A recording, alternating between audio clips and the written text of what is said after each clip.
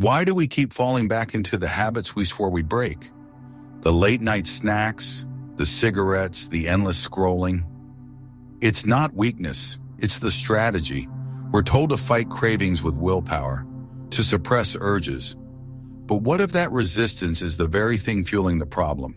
Today, over 1 billion people smoke. Hundreds of millions struggle with obesity. But deeper than the numbers is a loss of control. A silent war inside, Seneca once said. To be a slave to the flesh is the worst kind of bondage, and modern science now agrees. True self-control isn't about suppression, it's about readiness. This video reveals a new path. Instead of fighting urges, you'll learn to observe them, to pause, to say, I am having the thought, and let it pass. Backed by Stoic wisdom and real clinical studies, this approach is proven to be twice as effective as the old way. If you're tired of struggling against yourself, stay with me. And before we begin, subscribe. This is where ancient philosophy meets real transformation. Number 1. The epidemic of unhealthy lifestyles. We live in a world where more people die from overeating than from hunger, where 1 in every 5 deaths is linked to smoking, where addiction isn't just a condition, it's a culture.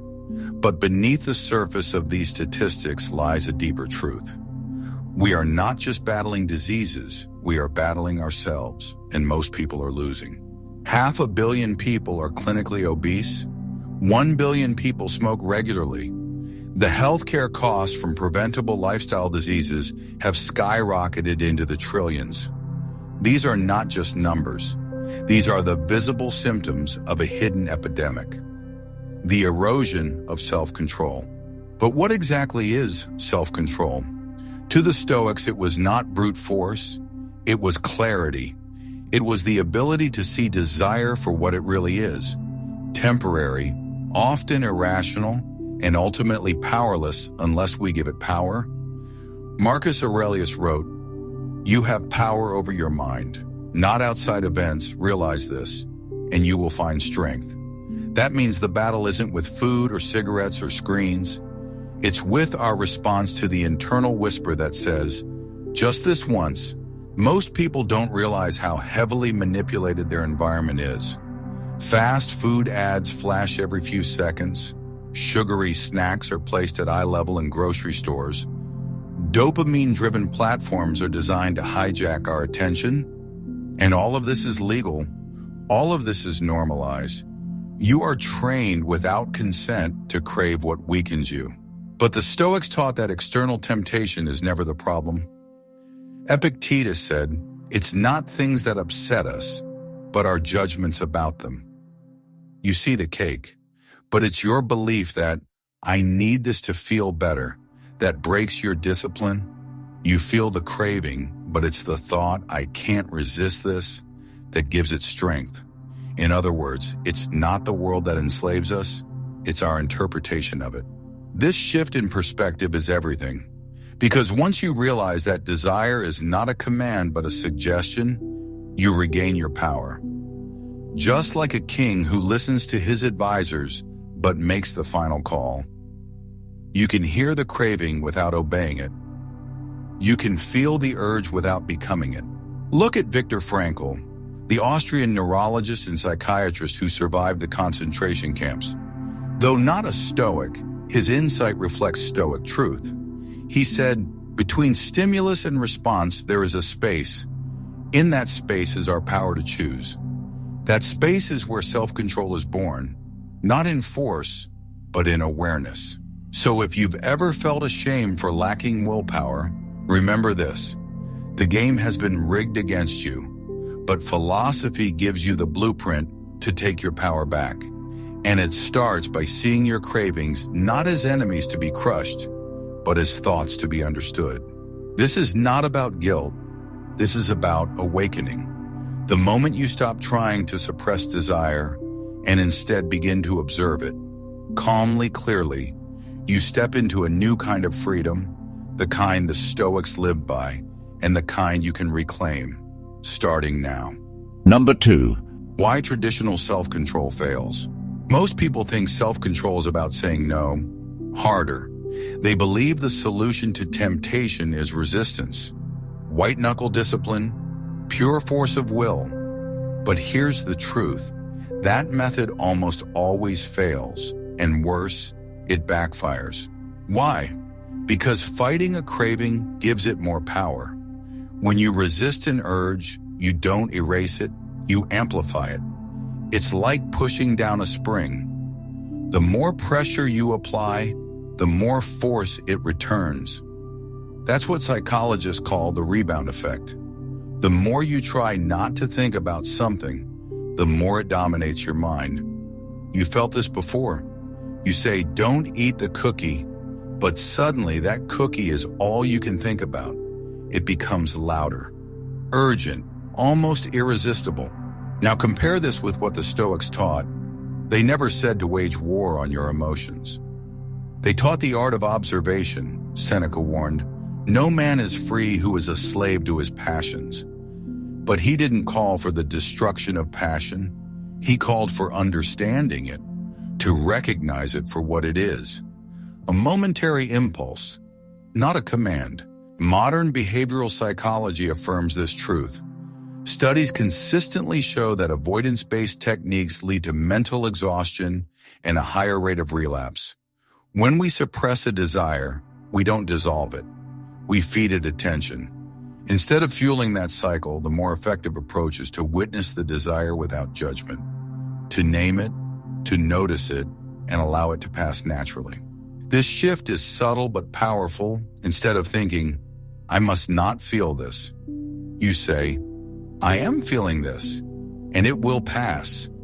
Instead of, this craving is unbearable, you say, I am having the thought that this craving is unbearable. That one phrase, I am having the thought, creates a pause, a space, and in that space is where clarity lives. The mistake most people make is assuming cravings are dangerous, that they must be crushed or escaped. But Stoics knew better. A craving is not a threat, it's a thought, and a thought only has power if you grant it authority.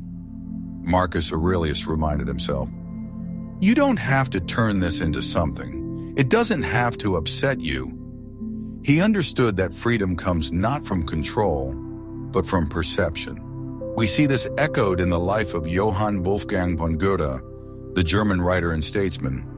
In his youth, he struggled with powerful impulses, but rather than deny them, he studied them. He wrote, behavior is the mirror in which everyone shows their image. He mastered himself not by suppression, but by self-awareness. When you become the observer, not the participant, you gain leverage over your impulses. You're no longer reacting, you're reflecting. And that shift is where transformation begins. Traditional self-control tells you to fight harder. Stoic wisdom tells you to see clearer. One leads to exhaustion, the other to mastery. This is why the Stoics practice premeditation. Not to avoid emotion, but to prepare for it. They knew that urges lose their power when anticipated. When you know the storm is coming, you don't panic. You anchor yourself in what's real, and you let the wave crash without being swept away. That's not repression, that's clarity. Number 3. Readiness, the new science of self-control. There is a quiet kind of strength that doesn't come from resisting, but from being ready. This is where most people go wrong. They wait for the craving to ambush them, and when it does, they panic. They either collapse into it or wrestle it like a wild animal. But the Stoic doesn't wait, the Stoic prepares. Readiness is not about being perfect, it's about being present. When you're ready, you don't need to run from your craving or fight it. You meet it, you look at it directly, you say, I see you and I'm not afraid of you. And then something extraordinary happens. The craving begins to dissolve, not because you forced it to, but because you refuse to fuel it. This is the essence of Stoic training. Marcus Aurelius would start his mornings by imagining the obstacles he might face, cravings, anger, pain, and calmly prepare himself to meet them with dignity. He called it premeditatio malorum, the premeditation of adversity. He didn't do this to worry himself, but to anchor himself, to remind his body and mind. You will not be surprised today, and modern psychology is beginning to catch up. Neuroscientists have found that when a person observes their craving instead of acting on it, when they name it, breathe through it, and allow it without judgment, something changes in the brain. The urge begins to lose its urgency. This is called urge surfing, and it mirrors the Stoic idea that desire is like a wave. It builds, crests, and then fades if you don't chase it. Consider Carl Jung. Though not a Stoic, he understood the same principle. What you resist persists. What you accept transforms. Jung knew that fighting an inner impulse only feeds it. But when you bring it into awareness without judgment, you create space for transformation. That is what readiness gives you. Space. Space to choose. Space to act with wisdom instead of impulse. The Stoics called this the pause. That sacred second between thought and action. Epictetus said, if someone succeeds in provoking you, realize that your mind is complicit in the provocation. You cannot be provoked by a craving unless your mind collaborates with it. But if your mind is alert, ready, it can see the craving as just another passing cloud. And you, like the sky, remain untouched. This is the core of modern self-mastery. Not resistance, not punishment, but presence, clarity, readiness. When you train yourself to expect the craving, you're no longer afraid of it. You've already rehearsed the storm, and when it comes, you don't fight it. You let it pass. True strength, as the Stoics saw it, is not the absence of desire.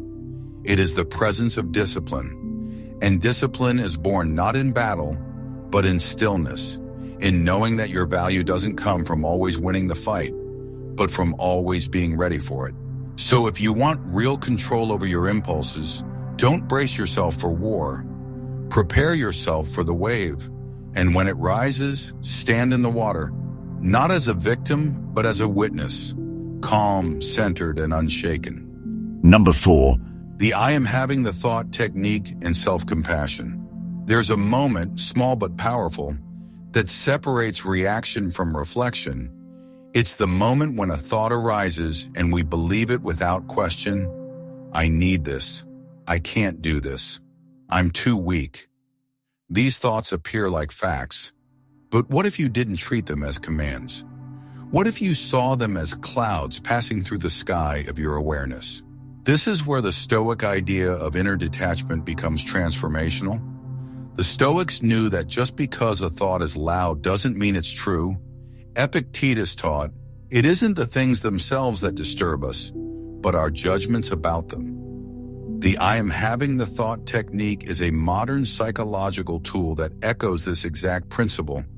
When you feel a craving or self-defeating impulse, you don't suppress it, you name it. You say, I am having the thought that I need the sugar. Or, I'm having the thought that I'll never change. That simple shift, adding that one phrase, creates distance. It gives you room to breathe, room to question, room to choose. Because now, the thought is something you are observing, not something you are obeying. This practice is not about denial, it's about clarity, Marcus Aurelius reminded himself. You have power over your mind, not outside events. Realize this, and you will find strength. And part of that strength comes from knowing that your thoughts are not who you are. They're temporary visitors. You are not your craving. You are the awareness that sees it. Now, this practice only works when paired with another Stoic virtue, compassion. But not just for others, for yourself. Many people make the mistake of thinking that self-discipline means harshness, that to grow, they must criticize themselves into progress. But that only deepens the wound. Instead, look to figures like Michel de Montaigne, the French philosopher who was deeply influenced by Stoicism. He wrote candidly about his own failings, not with shame, but with curiosity and compassion. He didn't hide his weaknesses. He studied them. He accepted them as part of his nature, then moved forward with humility. When you fail, and you will, don't collapse into guilt. Don't feed the cycle. Pause, breathe, say, I am having the thought that I ruined everything, and then offer yourself the kindness you would give a friend. Forgiveness isn't weakness, it's wisdom. The Stoics understood that virtue isn't a performance, it's a practice, Seneca wrote. Even the wise man makes mistakes, but he does not persist in them. What matters is not how many times you slip, but how clearly you rise. This is how real change happens, not through force, but through awareness, through naming what you feel and meeting it with truth and mercy. Over time, you stop being a prisoner of your mind and become its master. So the next time the thought arises, I can't handle this, pause and say, I am having the thought that I can't handle this. Let it pass, let yourself breathe, and then take the next right step, not from pressure, but from presence. Number 5. Cultivating self-compassion to sustain long-term self-control. If you've ever tried to change a habit, you've likely faced a brutal inner critic, the voice that says, you always fail, or you'll never change. It disguises itself as discipline, but in truth, it's sabotage. And the longer you listen to it, the more likely you are to fall right back into the same behaviors. The Stoics never endorsed self-hatred as a path to virtue. They believed in accountability, yes, but never cruelty. Seneca once wrote, you should be strict with yourself but gentle with others. Yet what's often forgotten is that you are included in others. You are not a project to be punished, you are a soul to be strengthened. Here's where most people get it wrong. They believe that shame will force them to improve, that if they're hard enough on themselves, they'll finally change. But shame doesn't fuel transformation, it feeds the cycle. Because the moment you slip, the critic comes roaring back. See? I told you you were weak. And in that state of defeat, you return to the very craving you swore you'd resist. Now compare this with the Stoic view. When you fall short, you do not collapse into despair. You reflect, you reorient, and you begin again, calmly, deliberately, without drama. Marcus Aurelius journaled his own failures without hiding from them, but never once did he shame himself into change. He simply wrote, reminded, and returned to his principles. Modern psychology confirms this path. Studies on behavioral change show that people who treat themselves with compassion after failure are more likely to succeed long-term. They don't get stuck in the guilt spiral. They move, they adjust, they grow. One powerful example of this mindset is Leonardo da Vinci. He was a master of many disciplines, but also a chronic procrastinator. He often delayed his work for years, unfinished paintings sitting idle, but he never let guilt destroy his momentum. He returned again and again, gently, persistently, because he understood. Progress is not a straight line. It is a conversation between failure and return. This is where self-compassion becomes your advantage. It's not weakness, it's fuel. It allows you to stay in the game without burning out. It gives you the strength to say, yes, I slipped, but I'm still in motion. The Stoics believed in daily renewal. Each sunrise was a chance to begin again, not to prove yourself, but to align with your values. Epictetus said, don't explain your philosophy, embody it. And embodiment requires patience, especially with yourself. So if you're serious about change, stop measuring your worth by how perfectly you perform. Instead, start measuring it by how consistently you return. Your mistakes don't define you. Your ability to rise does. And rising becomes easier when you speak to yourself not with contempt, but with clarity, not with rage, but with resolve, because the journey to self-control is not a sprint. It is a practice, one that begins not in force, but in compassion. Even Marcus Aurelius, Emperor of Rome, faced moments of discouragement. But instead of condemning himself, he wrote down reminders of his principles, gently redirecting his focus. He knew the mind could be trained, but only through steady repetition, not self-attack. Number 6, the long-term power of emotional detachment from cravings. Real freedom doesn't come from defeating your cravings once. It comes from seeing them without flinching over and over until they lose their power. This is where the path of mastery begins, not with control, but with clarity. Most people try to change by suppressing what they feel. They try to mute the desire, distract themselves, or replace the craving with something less harmful. And while that may work in the short term, it doesn't bring true freedom because the craving is still in control. It's just hiding in the background, waiting for a moment of weakness. The Stoics took a different approach. They didn't try to erase emotion. They trained themselves to see it clearly, to hold space for it without collapse. Zeno, the founder of Stoicism, taught that the wise man is not unfeeling, but emotionally untangled. He feels everything, but is mastered by nothing. This is the heart of detachment, not indifference, but independence. The ability to sit with a craving and say, I see you, I feel you, but I do not need you to define me. That's the moment you reclaim your agency. That's the moment the craving shrinks. Consider David Hume, the Enlightenment philosopher. He struggled with bouts of deep depression and compulsive habits, but instead of fighting them directly, he examined them. He studied their patterns, questioned their logic, and trained his mind to view them with perspective. Over time, this detachment gave him peace, not by eliminating emotion, but by transforming his relationship to it. And that's what Stoicism teaches us. Cravings are not just physical, they're emotional. They arise when we feel disconnected, depleted, or unseen. And if we don't look closely, we mistake that craving for something urgent. But when we learn to observe it without merging with it, we break the spell. Marcus Aurelius said, if you are distressed by anything external, the pain is not due to the thing itself, but to your estimate of it. This is emotional detachment in practice. You feel the tension, but you no longer identify with it. You no longer act out of it. You respond instead of react. That space between impulse and action, between emotion and engagement, is where power lives. And the more you practice detachment, the more automatic it becomes. Like a muscle that strengthens with each rep, your mind becomes calmer, clearer, less swayed by every rising urge.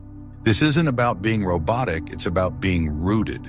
The cravings will still come, the thoughts will still rise, but you will meet them with a new kind of stillness. Not the stillness of repression, but the stillness of presence, of knowing that you are not your urge, you are the one watching it. So when the familiar craving returns, pause, let it rise, let it speak, but don't answer, don't react, just notice. And remember, real strength isn't loud, it's steady. And real freedom isn't about winning against yourself. It's about no longer being at war. Number 7, shifting identity, becoming the kind of person who doesn't need to escape. At the root of every lasting change is identity, not just what you do, but who you believe you are. And for most people, that identity is shaped by failure. You try to quit sugar, but after one relapse, you whisper to yourself, "This is just who I am." That sentence is poison, because once you believe it, you act from it. The craving doesn't control you, your identity does. But the Stoics understood, identity is not fixed, it is formed day by day, through choices, through what you affirm, what you reject, and what you repeat.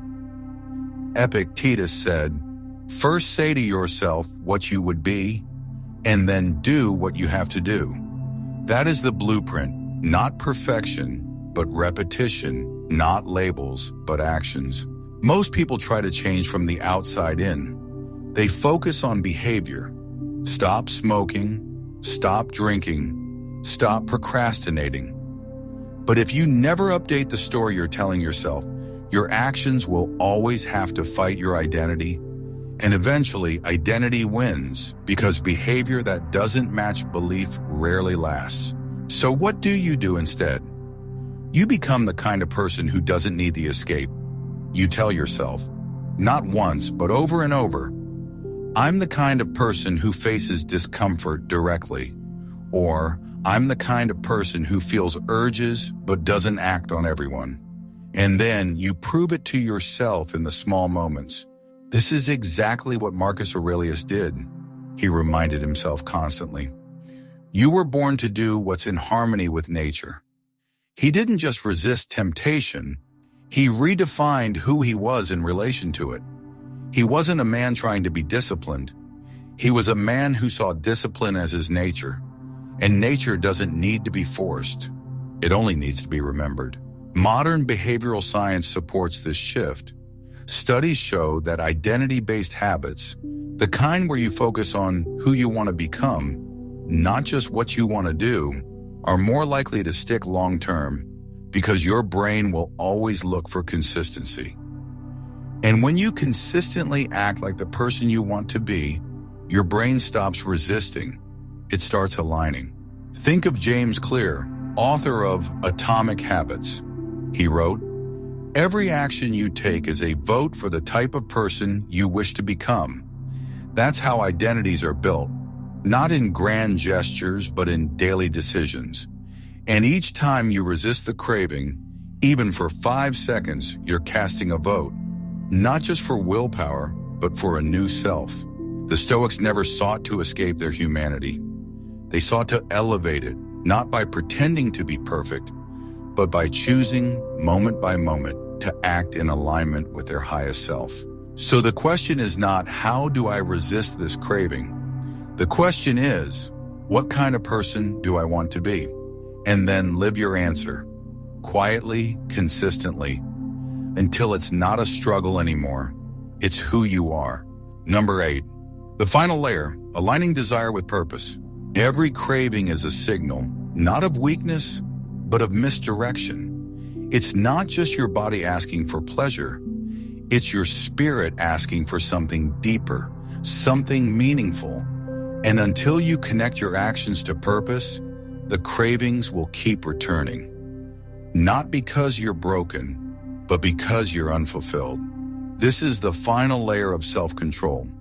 Realignment, not just managing urges, but channeling them into something higher. The Stoics believed that every human being is born not just to survive, but to serve a purpose. Marcus Aurelius put it plainly. The impediment to action advances action. What stands in the way becomes the way. In other words, the craving isn't the enemy. It's the invitation. When you feel the pull to numb, to indulge, to escape, it's often because you've lost contact with what matters. You've lost clarity, and so the brain defaults to comfort. But comfort without purpose quickly becomes a trap. The Stoics saw this clearly. That's why they placed so much emphasis on telos, the end goal, the reason, the direction. Because when your life is anchored in meaning, cheap pleasures lose their grip. Consider Viktor Frankl, the neurologist and psychiatrist who survived the concentration camps and later founded logotherapy. His philosophy was built around one idea. Those who have a why to live can bear almost any how. Frankl wasn't trying to escape suffering. He was trying to transform it. And that transformation came from aligning his daily thoughts with his deeper mission. This is why purpose isn't optional, it's essential. Because when you know who you are and why you're here, the craving becomes background noise.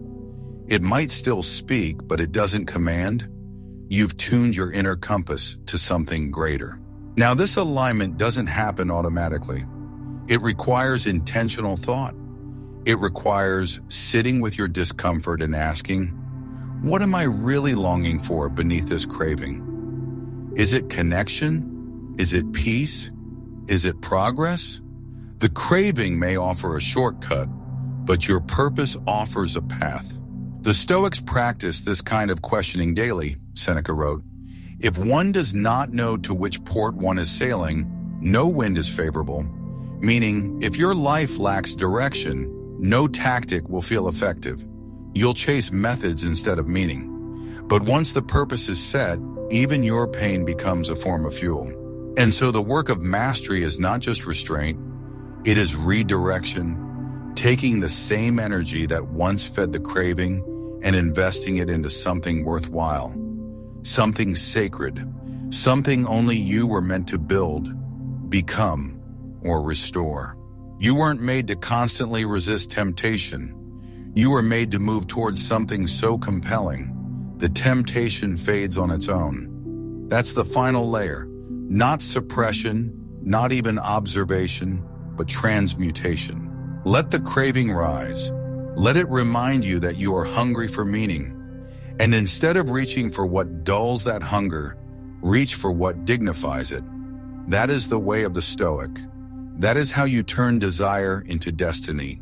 The world will keep telling you that self-control is about force, about fighting harder, about muscling through every craving like it's a war you have to win daily. But the Stoics knew better. They knew that true mastery begins not in struggle, but in seeing, in understanding that a craving is not a command, that your thoughts are not your identity, and that your value is not measured by how few times you fall, but by how often you rise with clarity. What you've learned here is not a tactic, it's a transformation.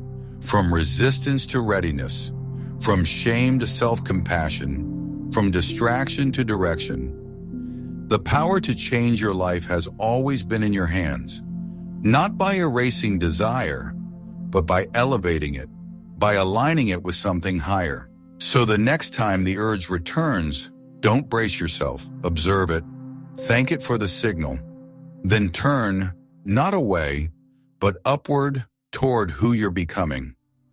Let every craving remind you, you are no longer a slave to impulse.